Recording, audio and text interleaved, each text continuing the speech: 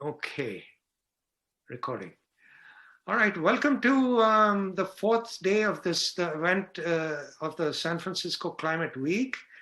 This has been a series of great educational talks events that we organized in order to try and get the activists and green champions in the local area educate us. And even though I've written a book, which I'll talk about a little bit in my talk, which is Brighter Climate Futures, I don't claim to be the be-all or end-all of all wisdom.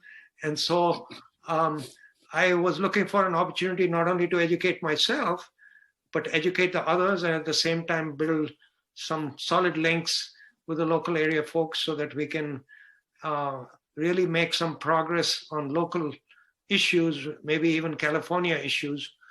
So that has been the objective.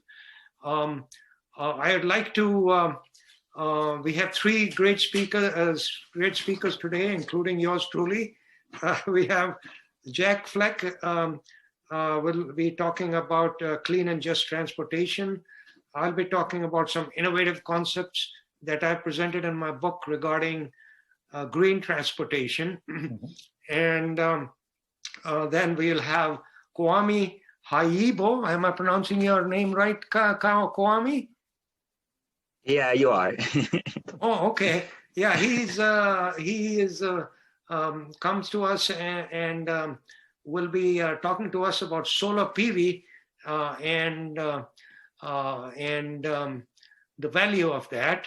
And he has, of course, the talk at a very high technical level too, but I asked him to tone it down a little bit because not all of us are technically savvy.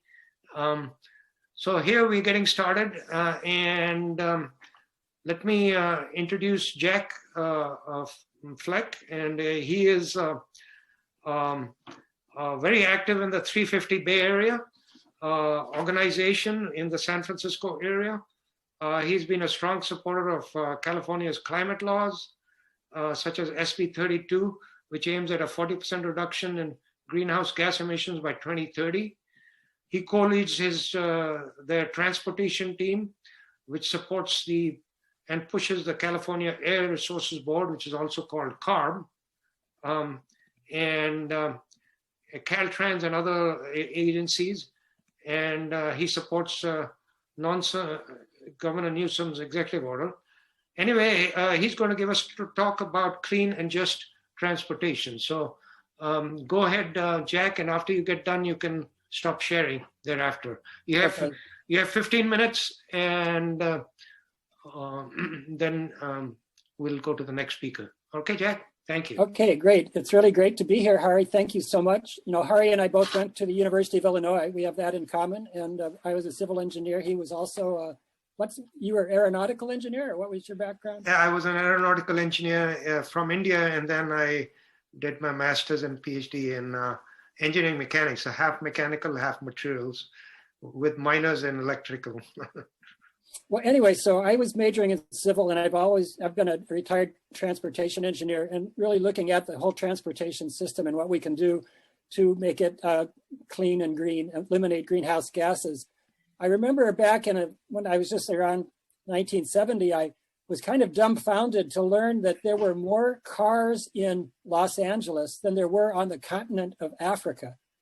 And it was like, oh my God, that is really incredible. You know, like the United States. So a lot of the problem that I'm talking about is the United States. And a lot of the problem is California, because we've got a lot of cars. And in fact, I double checked just recently, and well, Africa passed up Los Angeles, but they haven't passed California. There are 21 million cars in Africa. There are 25 million cars in California, or 26 million, I don't know. Anyway, the point is we've got a huge problem. As Joni Mitchell says, we took paradise and put up a parking lot. That's what California is famous for. And this slide shows that about 40% of the greenhouse gases in California do come from transportation. And in fact, if you look at the industrial sector, about half of that is the refineries that are making gasoline for the cars. So really, it's about half of all the greenhouse gases in California come from transportation. So if we are going to solve global warming, and I'm not going to go into reasons why we need to do that, but I'm assuming we're all on board with that. And if we're going to do it, we've got to get rid of those greenhouse gases from transportation. Now, this slide shows that we actually have a little bit of an advantage in California because electricity is doing more than its share. Now, this goal, the heading of this says, somehow you're getting something like a split screen. oh wait, can you see the whole? Yeah, now we can see all of it. I'm sorry. Okay, so this screen is titled Greenhouse Gas Reductions from Each Sector to Achieve the IPCC Goal of 50% Reduction by 2030. The IPCC is the Intergovernmental Panel on Climate Change. That's the UN's scientific organization, and they have said we need to cut greenhouse gases by 50%. Now, as Hari said, introducing me, we supported California's law, SB 32, that calls for a 40% reduction. So that's kind of in the right direction, but it's really not in keeping with even the most fairly conservative scientists in the IPCC. So I'm going to talk about how can we reduce greenhouse gases by 50%. And in fact, there's a recent study that says what we really need is to eliminate greenhouse gases by 2030, because we're on target right now to hit 1.5 degrees by 2030. And in order to do that, we'd have to have 100% reduction by 2030. So as you can imagine, that's twice as challenging as the IPCC numbers. I'm not going to try to do that today, but that's really got to be our next step. Let's take a little small step. You're going to see how hard it is just to achieve what I'm talking about. Okay, so this slide shows what is the breakdown of greenhouse gases from transportation. The biggest chunk is light duty vehicles. That's cars, SUVs, pickup trucks. Then there's a certain percentage from medium duty vehicles, heavy duty vehicles, and off-road mobile, which includes, and this is strange, airplanes and ships and trains. Now, California only counts the emissions within the state. So that looks like a little small number. But when you really consider all the shipping and all the flights and everything that goes in and out of California, that should be actually a bigger number. So this is a very cautious from the California, these numbers are from the California Air Resources Board, and they're fairly conservative, in my opinion, in terms of how this is all calculated. But I'm trying to stick with the numbers the state has put out. So these are my attempts to look at what would it take to achieve 50% greenhouse gas reductions.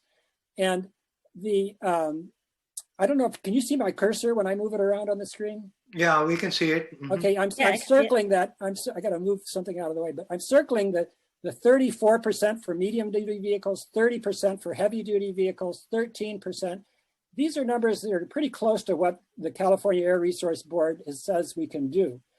Now I say, unfortunately, a lot of these reductions in the diesel trucks are coming from what CARB is pushing in the low carbon fuel standards program are biofuels and renewable diesel, which is pretty controversial because, you know, it could take a lot of farmland and so forth, but that's what California is working on right now. Now, I know they're also working on zero emission trucks, and that I think is the way that we really have to go, is to eliminate the emissions completely. And that can be done. Hari talks a lot about different ways to have hydrogen or ammonia or other zero emission fuels, and certainly electric, if it's 100% renewable, fits that category. But the main thing I want to talk about is the big one, the light duty vehicles, LDV, light duty vehicles. So what we need is about a 53%, according to my calculations, 53% reduction in greenhouse gases from light duty vehicles to achieve the state's, the IPCC goal. So now let's look at, let's see if I can get this thing to work. Okay, let's see. Okay, this is a little slide showing, okay, what are the 4 ways that we can reduce greenhouse gases from light duty vehicles? Well, the big one is electric vehicles, and I'll talk about that in a minute.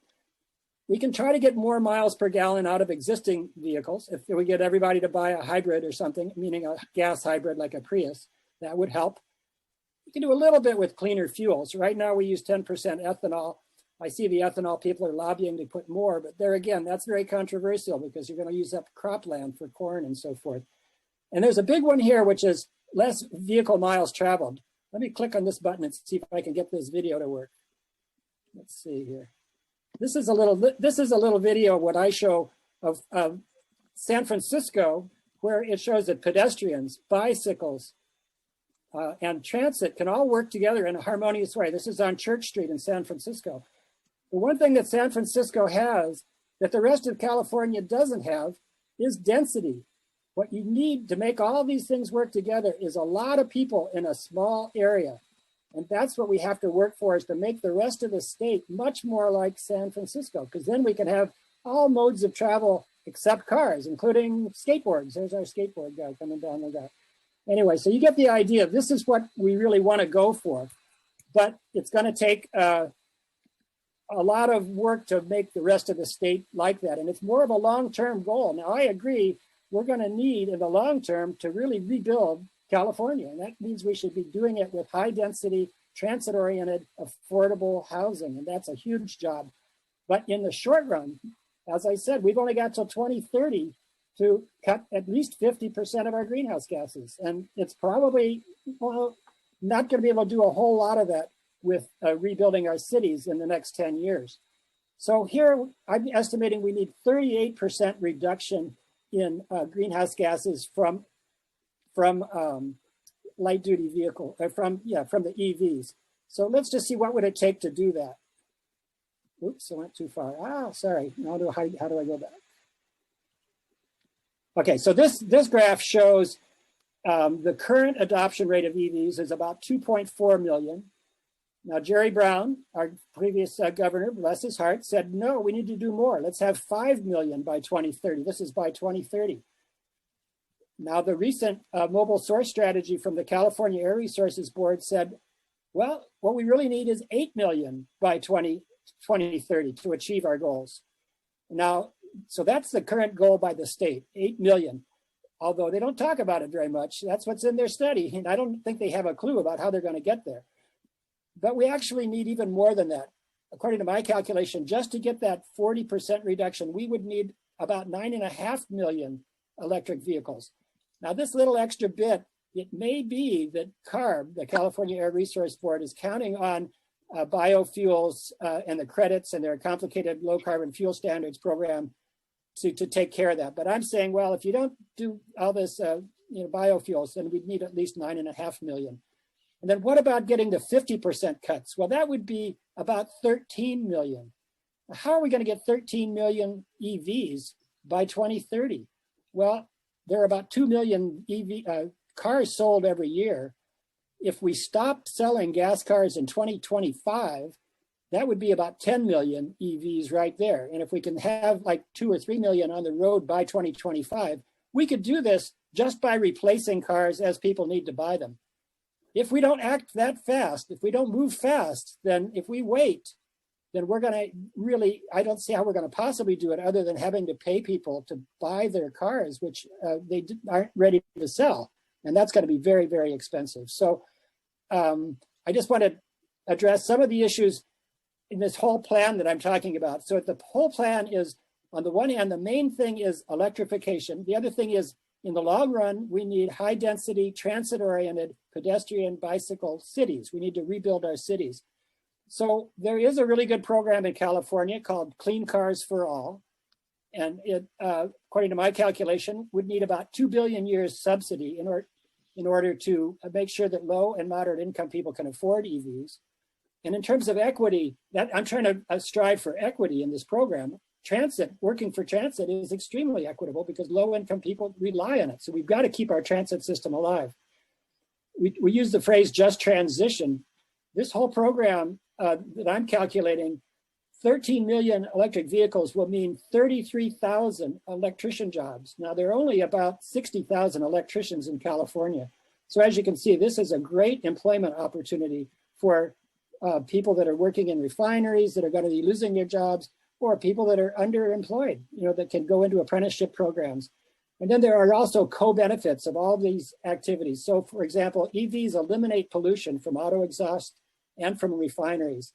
And as we know, active transportation, riding a bike, walking, is really good for public health. If you sit around in a car all the time, that's really not a healthy way to live.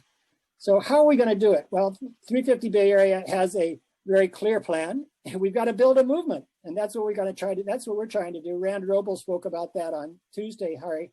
And this is a picture of the youth climate strike in September of 2019, back when we used to be able to go out in the streets. That was really nice. But we really filled the streets in San Francisco with over 30,000 people demanding climate action. This is more like the 2021 version. This was about a month ago. We were lobbying Senator Wiener, who's been very progressive on climate action, but they always need a push. So a lot of us were on a phone call, and we can all get involved in these kind of things.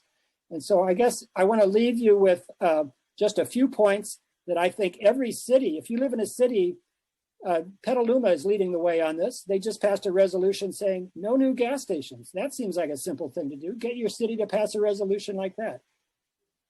There's a state movement to phase out the sale of gas cars by 2030. Well, I said that's really a little too late, but that's better than the current goal, which is 2035, which is actually better than the rest of the country, which doesn't even have a goal. So, you know, you can see we've got a long way to go, but I would say no later than 2030 would be a good step. We always try to do what's achievable. Once we get that passed, then we push for something stronger.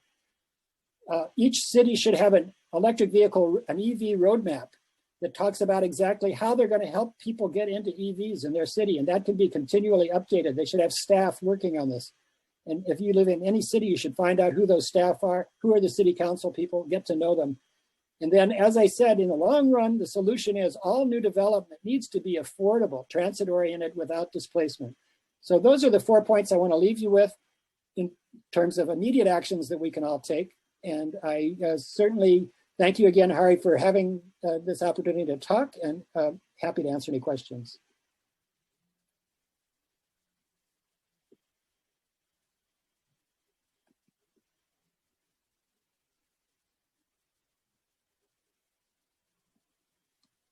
Okay, I'm seeing everybody else is muted. It is, Hari, are you muted? You want to talk? Oh, I'm muted. Yeah. Okay. Yeah. Shall we keep questions to the end? I think that's usually what we've been doing.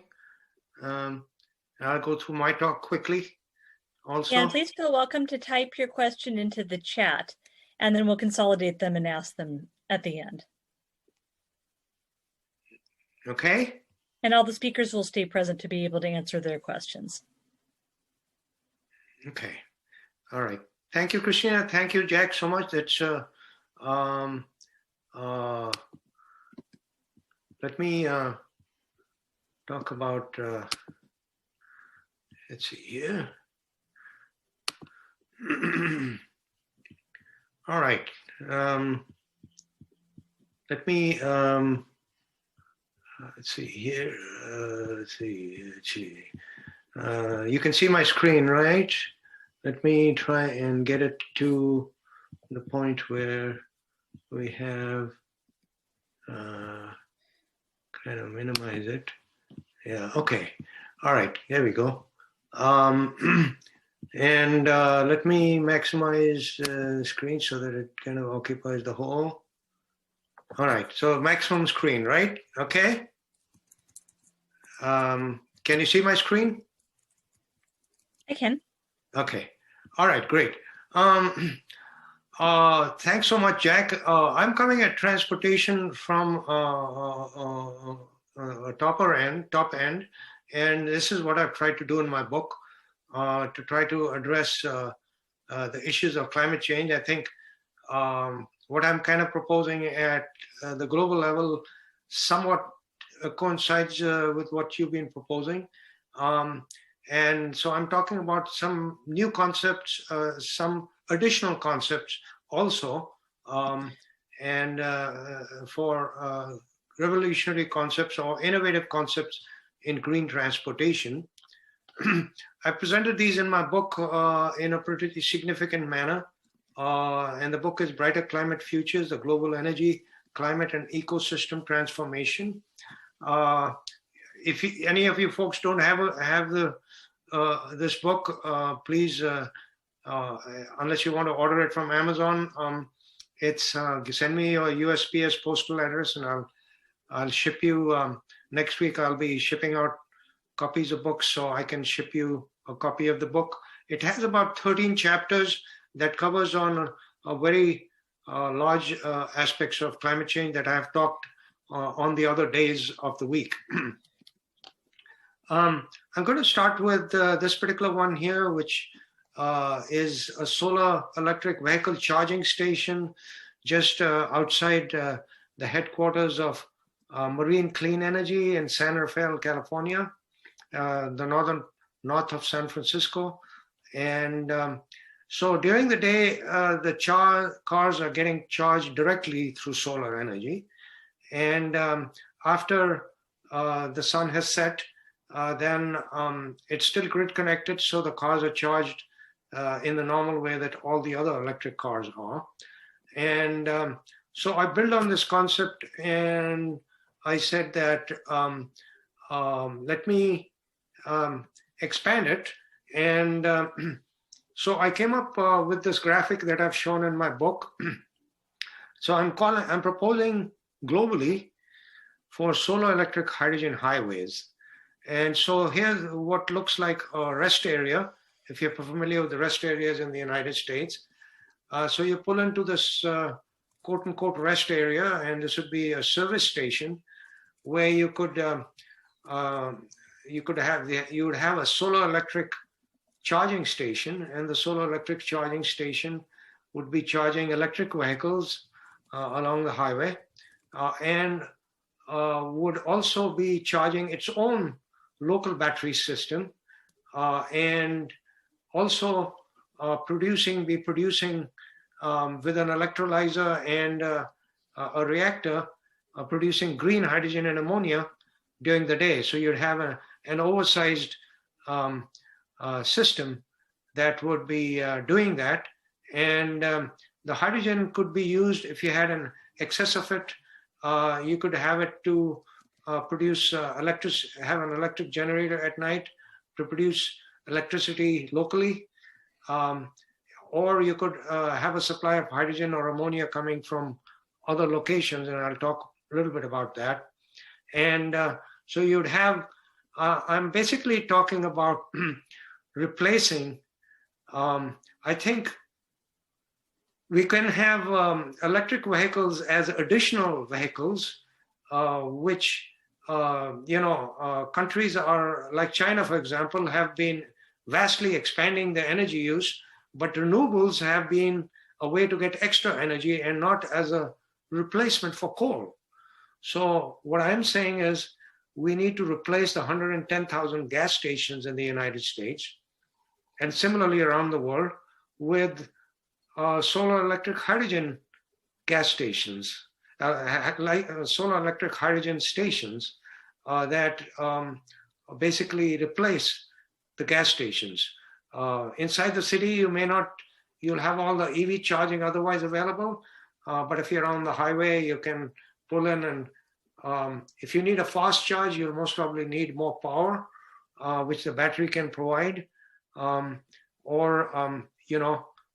be on your way after you get either a quick supply of hydrogen gas.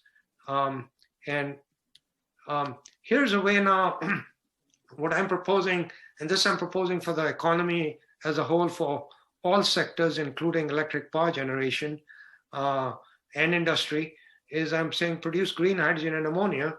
So you have a standalone solar PV power plant, a solar PV power plant that powers an air separator and takes the nitrogen out of the air, and then you have an electrolyzer that basically takes water and splits it into hydrogen and oxygen. And so you now have hydrogen and you have nitrogen. Now you can store hydrogen as a gas or a liquid, or you can have a reactor that combines nitrogen with the hydrogen and gives you ammonia, and they can store ammonia. Right now, the production of hydrogen which is made from natural gas and coal, emits 800 million metric tons globally of greenhouse gases, which is double the emissions of California, which is at about 400 million metric tons. So just converting current ways of making hydrogen, and hydrogen, by the way, is used for refining oil, or it's used for making ammonia, which ammonia, of course, then can be used as fertilizer. Basically, we need portable, dense, non-carbon fuels that can store large amounts of renewable energy. And then I believe we are home free, because we can take these non-carbon fuels and use them all over the economy to replace gasoline and diesel and all the other fuels, in our economy. But hydrogen and ammonia here that we produce here in a standalone solar power plant could be provided via trucks or pipeline to the service stations I just talked about. Or it can be used to provide to electric power stations, so that instead of using natural gas at night, natural gas electric power generators, they could use the hydrogen power generators. Here's a green, one of 100 hydrogen refueling stations in California. This one is in San Francisco City, and it provides green hydrogen. It's one out of the 100. There are about 30 that quote unquote are green, but I think when they say green hydrogen, they also include green hydrogen made from biogas, whereas I define green hydrogen solely as that made from renewable energy through electrolysis. Anyway, this is being supplied here. Of course, this is at $16 a kilogram. 1 kilogram is about equivalent to 1 gallon of gasoline, and it's a gasoline gallon equivalent. And the wholesale price, according to Chris Peoples of AC Transit, is about $8 a kilogram. Once the price of hydrogen comes down to about $2 to $3 a kilogram, it would be very competitive with gasoline and would essentially replace gasoline. I've talked about the fact that we really need a very integrated, linked, low carbon, renewable energy, energy-based transportation system. So the graphic on the left is what I have in my book. You basically walk or bike. You should be able to walk and bike to the airport. You have solar energy with the solar battery storage fuel production station. The blue area is what was basically the last slide. And that would be powering, your home, powering the electrical railway as well as transit. And so you can go to the local transit station also, and then you can go to a local electric railway, and that could take you to the HighSpeed Rail station. And our systems are not very linked and integrated. You should be able to seamlessly get from, walking and biking to mass transit to high-speed rail, and then the concept I'm proposing is that we should have, especially in all new developments, car parks should be located outside the development, so that inside the development you don't use any cars. You go to your car park, and then from there you get into the highway, and then you can use a solar electric refueling station. This is a graphic that I have in my book to demonstrate this concept of a small eco-city. I'm not going to get into the details of the eco-city aspect of it. I think I'll emphasize a point that Jack made, which is that besides converting cities into eco-cities to the extent we can, we must redesign them to minimize transportation distances. If we can minimize transportation distances, we might also have a chance to minimize vehicle miles traveled, because you don't have that far to travel. And if you can travel less, you can most probably do it by bike. And I'm proposing that in addition to electric cars, we have bikes, tricycles, quad bikes, and I've seen in other forms of human-powered or electric transportation going down some of the bikeways over here. So we really need to have those kinds of, have an integrated and interlinked low carbon transportation system. You should be able to get from here to wherever you need to go with very zero emissions. Here are some a hydrogen fuel cell bus, which is also a hybrid electric drive, which I assume makes it a little bit like a Prius car. The hybrid electric fuel cell buses, AC Transit has them. This serves the Alameda and Contra Costa counties in this Bay Area. And they have 60 fuel cell buses. I've had some long conversations with Chris Peoples, who's a director at AC Transit, and he's told me everything about these.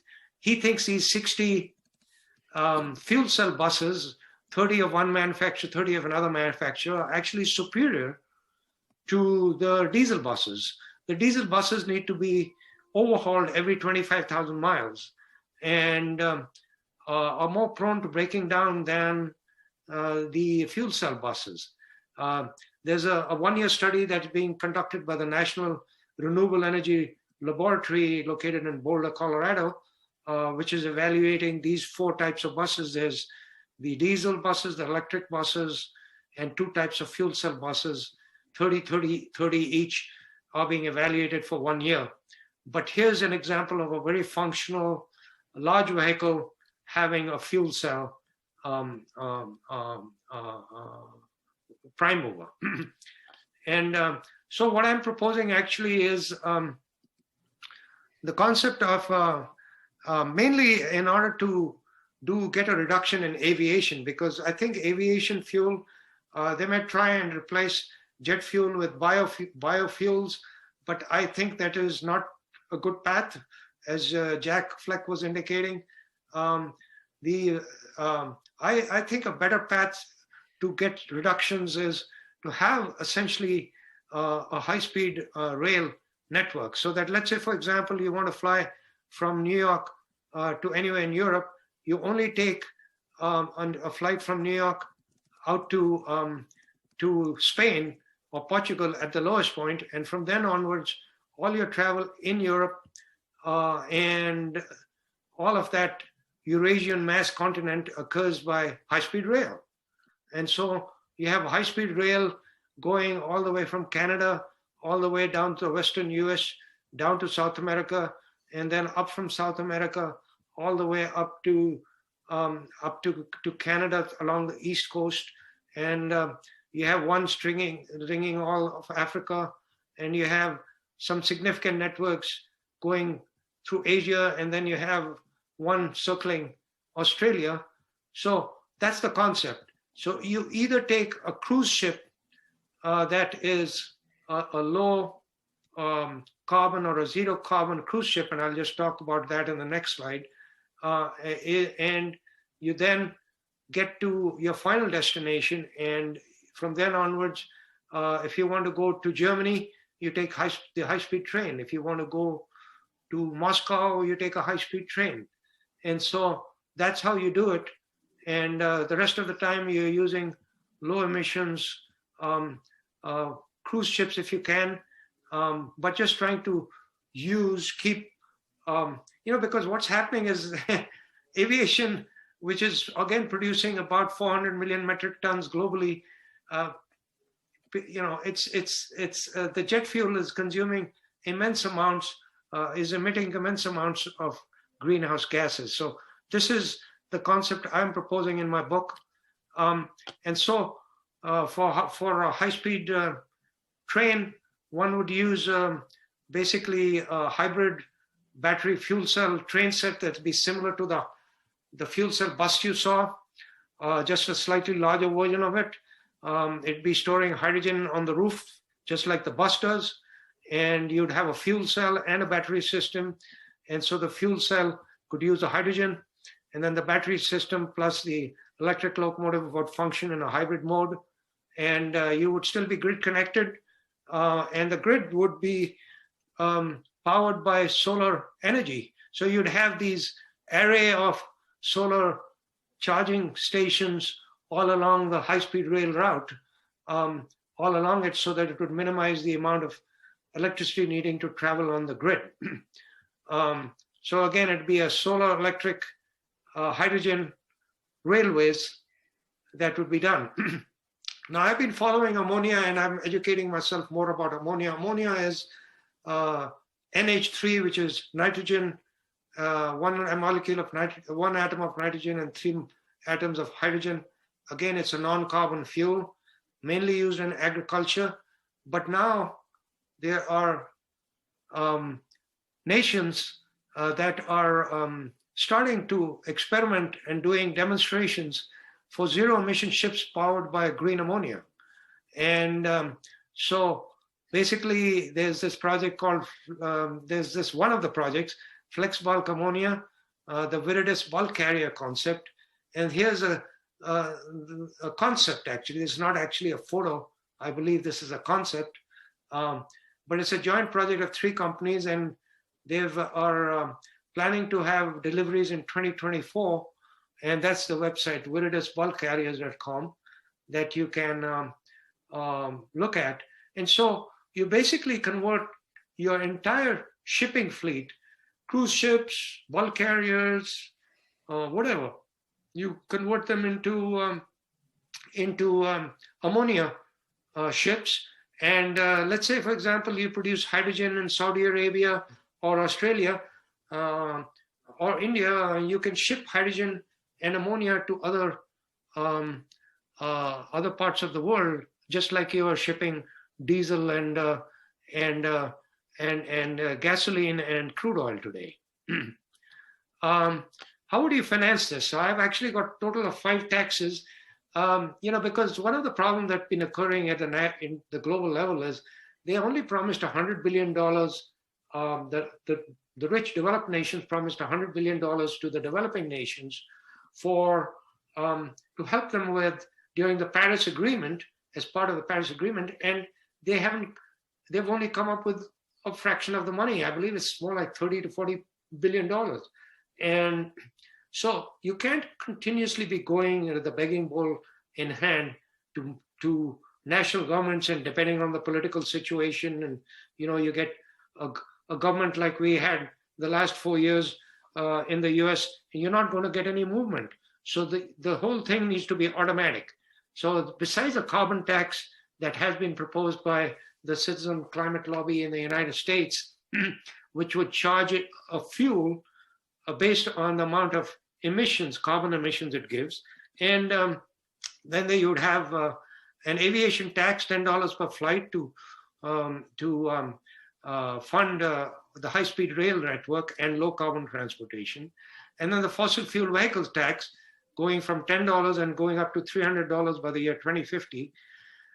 One thing that I am proposing, which I really think needs to happen, is California has about 30 to 32 million vehicles.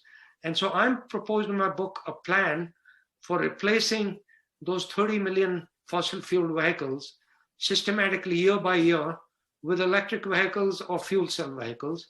And basically by the year 2050 for sure, since these cars only have a life typically of average of 10 years, the fossil fuel cars, you definitely stop selling them in 2040, so that by 2050, you're completely out of fossil fuel cars. For the United States, that's 220 million cars for the vehicles, and for the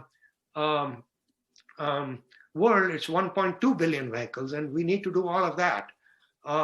The smaller vehicles are favored by battery electric, and the larger vehicles are favored with the fuel cell technology. Anyway, here's some roses in my backyard. The greening, we need a greening of tourism. We don't talk about anything but, we're going to go for a vacation to Europe and we're going to enjoy beautiful Italy and all that. And while we are flying there, we don't realize that all the carbon dioxide we are emitting is destroying the beautiful areas that we're trying to visit. So we have to start getting there by the best green method. Only use plane for long haul flights. When we get there, we use high-speed rail, we use zero emissions ships, and the local travel should be all green. We walk and bike. When we get there, everything should be zero emissions. And we have to let tour companies and everybody know that everything that they do from now onwards on has to be zero emissions, You know, you get to Costa Rica, which is supposedly meeting all its climate goals, but to fly to Costa Rica, you are, you know, emitting a lot of carbon. And then when you get there, you're using this fossil fuel car or bus to go and see those beautiful areas. That's a no-no. Everything must be zero emission and powered by renewable energy. Anyways, what can you do? Reduce your own carbon footprint, be active locally, apply pressure at all levels, and like we said, link the local with the global. I'm going to stop sharing. I think I exceeded my time a little bit here. So I'm going to stop right there. Okay. Let me transition to Kwame. And Kwame, can you please also introduce yourself before, and then you can share your screen. Okay, Yeah, Kwame? Okay, once again, if you have questions for Dr. Lamba, please put those into the chat and then we'll answer them afterwards. He and everybody else will stay present through everybody's talks. So yeah, my name is Kwame Haibo, as Dr. Lamba said, and I am a student at Michigan Technological University. I'm doing my master's in electrical and computer engineering, and I decided to come here in the US to do my master's because I was really interested in solar photovoltaic energy, and especially how they could be used to power rural communities. And I'm going to start sharing my screen now. Let's see. Okay. Is it visible? Yeah, we can see your screen. Okay. So yeah, my talk was supposed to be 3 things you should know about about solar PV pricing, but I figured I will broaden it a little bit and talk instead about 3 things you should know about grid connected solar PV. Let me see. Okay. Okay, so before I start, I would like to ask a question, which is, why is it important to talk about solar energy when we talk about climate change? I'm pretty sure some of you might have already heard about this, but carbon emission levels change is not new. It has been changing since times immemorial, like you can see. But what's new is that from the year 1950, the level of emission level that was present there was never seen before. And this coincided with the time of the Industrial Revolution. Thus, a lot of scientists has come to an agreement that there is human interaction into the current level of CO2. As a matter of fact, the primary source of energy supply throughout the world remains coal and oil. And as you can see here, we can see that coal, oil, and gas, which are fossil fuel sources, are the most energy used to produce, as the most source of energy that we use, while renewables that are here contribute only a few percent. And here in the US, coal represents 60% of the total emission from the electricity sector. On the picture of the right, we can see the percentage of different energy sources that goes into electricity production. Coal, 27%, natural gas, 31%, and non-fossil sources are 40%. And these non-fossil sources have this higher amount because of hydroelectricity.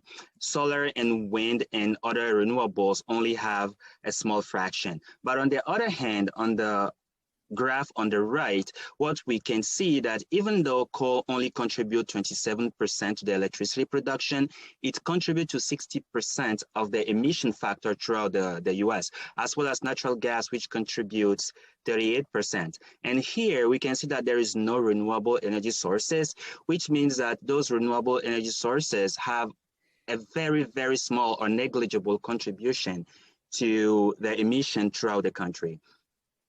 But on the other hand, solar PV remains the fastest growing electricity source worldwide, as we can see here in 2018, 19, and 20. And even though in 2020 we were at the beginning of the pandemic, solar PV still remained the fastest growing energy sources because of its resiliency. And did you know that solar photovoltaic systems were categorized into 3 major types? The first one being what we call standalone solar PV systems, which are self-sufficient solar PV systems where the system is coupled with a storage, and the storage is designed in a way where the system does not need any other energy sources to function. And then there is the hybrid solar PV energy systems, which are semi-sufficient solar PV systems, where there is the solar panel or solar PV systems.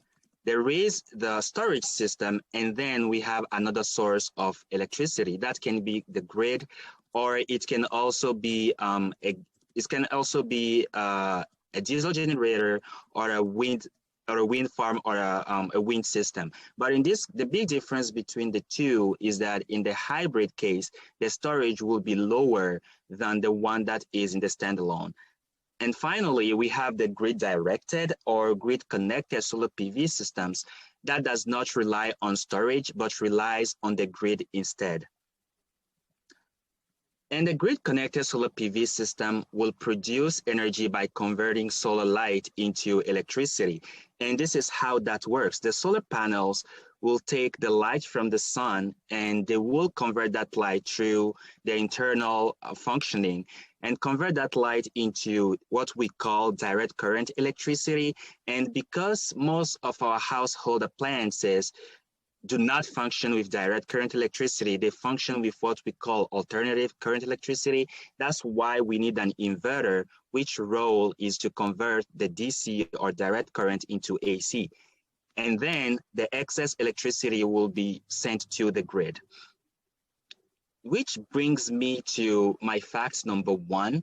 That is that grid-tied PV systems have a lower initial cost when compared to standalone systems. So when you install your system and instead of having a storage, you connect it to the grid, that can help you save half of your investment, because in standalone solar PV systems, the storage accounts for 55% of the total cost of the system. And this is because the storage technology, most of the storage technology that is used in solar is still has a long way to go. Therefore, that's why the cost is so high. My fact number 2 is that you can use grid-tied solar PV to offset your energy consumption through what we call either net metering or value of solar or VOS. So how does net metering work? Here on the figure on the left, we can see here this is a house of a solar customer that installs solar PV panels on his roof. And when the system produces electricity, first part of the electricity will be consumed by the house, and then during the days where the solar is shining very bright and there is an excess production, this excess production is going to be sent to the grid. But the thing with solar PV system is that at night, for example, or during cloudy days, well, during cloudy days, there will be a reduced production, and at night, there will be no production at all because there is no storage. So what happens is that the customer will be taking electricity from the grid. And in the case of net metering, there is one single meter that makes the difference between the energy that the customer sends to the grid and the energy that he or she takes from the grid. And that difference, when it is positive, meaning that he has sent more energy than he has taken, will be compensated or converted in some state into energy credits. But the thing is, even when utilities are compensating solar owners using net metering, they will compensate them at best at the same price as the cost of the electricity of the grid, which means that, for example, if the utility is using, let's say, coal, or is using coal, for example, to generate electricity, the utilities are saying that coal and solar PV systems have the same value, which is not right. This is where value of solar tariff comes in. It has almost the same principles as the net metering, but you can see that here, there are two separate meters. There is one that count the energy that the customer is sending to the grid, and one that counts the energy that the customer is taking from the grid. Therefore, in this scheme, in this pricing scheme, the solar PV price is decoupled from the grid price. And with this, the utility has to account for all the advantages that the solar PV brings to the table compared to the source of energy that they're using. A recent study that I've conducted here at Michigan Tech has shown that throughout the US, the value of solar should be at the low case 9 cents per kilowatt hour, and at the highest case scenario 50 cents per kilowatt hour. And there have been studies in different states that has proved that. In Minnesota, for example, which is the only state that has a value of solar tariff policy in place currently in the US, has a VOS of 13.5 cents per kilowatt hour. And in Maine, they don't have it in place right now, but one of the studies that they have done has shown that it will be 33.7 cents per kilowatt hour. The thing is, when we look throughout the whole country, all the net metering policies that are in place are lower than even our low case of VOS, which shows that whenever utilities are rewarding their customers by using net metering scheme, there is a chance that they are actually grossly undercompensating their customers. For example, if we take the case of California, the net metering only reward customers between 3 and 4 cents per kilowatt hour. And fact number 3 is that a grid-tied solar PV system has a very low carbon footprint over its lifetime. And this is shown here by the CO2 payback time, which shows the CO2 payback time will show what or in how many years an energy production system will offset the CO2 that it will produce during its entire lifetime. And for grid-tied solar PV system, this is usually less than a year. It means that when you install your solar PV system, all the CO2 that it will produce or that it has produced when it was manufactured, all this CO2 will be offset within a single year of operation. This is because the grid-tied solar PV will not emit any greenhouse gases during its use because there is no mining for natural resources, there is no transportation, there is no burning any kind of fuel, and it's an easy system to maintain. I would like to take this slide to show how solar PV or grid-tied solar PV compared to fossil fuel sources. There is for the efficiency rate, solar PV is a little bit on the low side because it's still a new technology that is developing, and with research, it's going to have even higher efficiencies. In terms of CO2 usage, as I said before, solar PV emits none during its usage, while fossil fuels, because there is combustion of different kind of fuels, have a very high impact when it comes to CO2 usage. In terms of long-term availability, solar PV produces electricity by using the sun. Therefore, the sun, it will be there as long as we humans exist. So it has a long-term availability, while fossil fuels, as we all know, are non-renewable sources.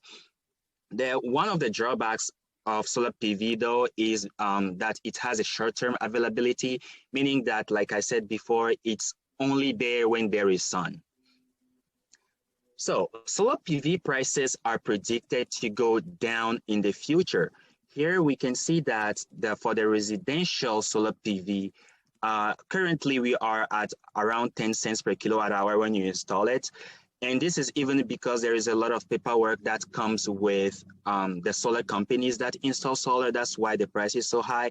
But by 2030, it is predicted to go down to 5 cents per kilowatt hour. Usually when you're showing these prices, this is when solar PV detractors will start talking about the energy subsidies that solar PV has. So I would like to address this in 3 different questions. The first one is, does solar PV benefit from energy subsidies? The answer is yes. The second will be, currently that solar PV subsidy is higher than fossil fuel subsidies?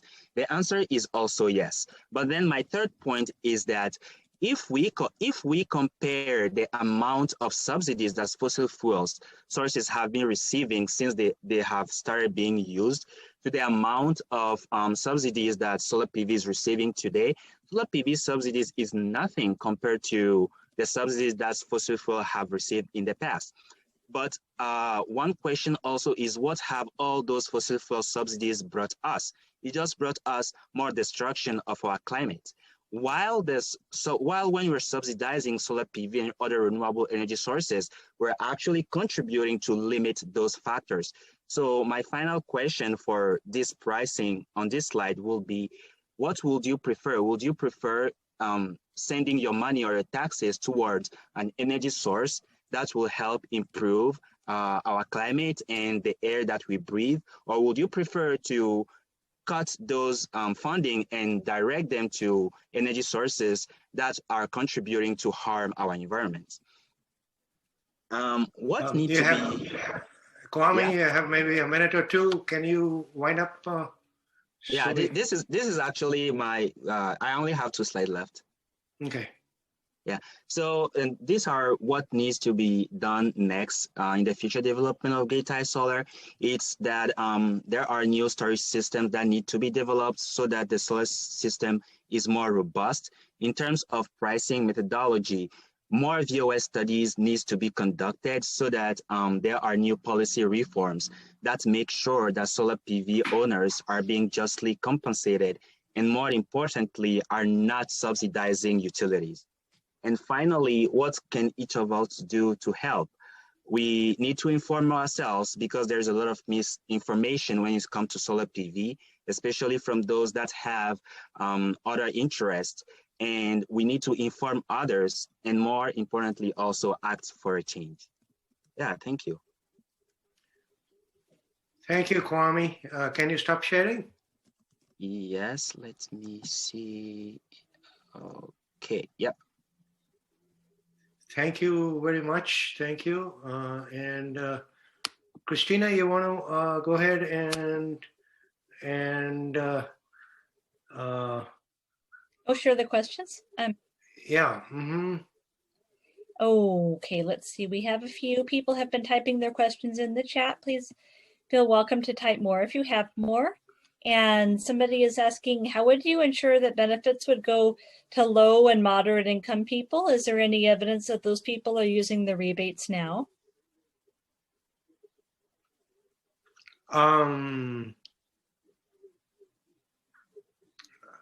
I don't know, Jack. I think that's about subsidies for EVs, right? So yes, I think the so. point is that there's an income qualification. You have to be less than 400% times the poverty wage in order to qualify for the rebates under the Clean Cars for All program. So that's I think what I was referring to as a good program. Now, I just learned today that I thought it had more funding. It was only 67 million in the governor's budget. So what we'd like to do is push for more funding for that kind of a program. But that's one way to get it. Yeah. Okay. Oh, okay, that's great. Did that answer your question? Okay, so next.